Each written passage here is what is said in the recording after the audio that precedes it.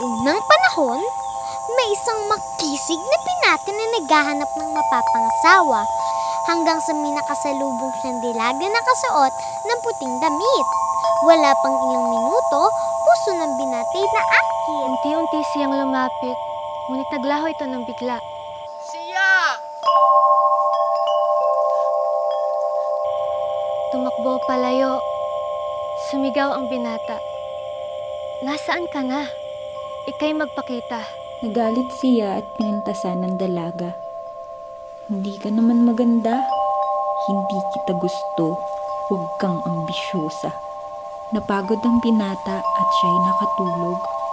Paglipas ng ilang oras, paghimbing niya'y nabulabog. Anak mo ko! At nanay kita! At sumigaw ang dalaga. Siya'y sumabog sa galit. Mga sinabi ng binatay, may malubhang kapalit.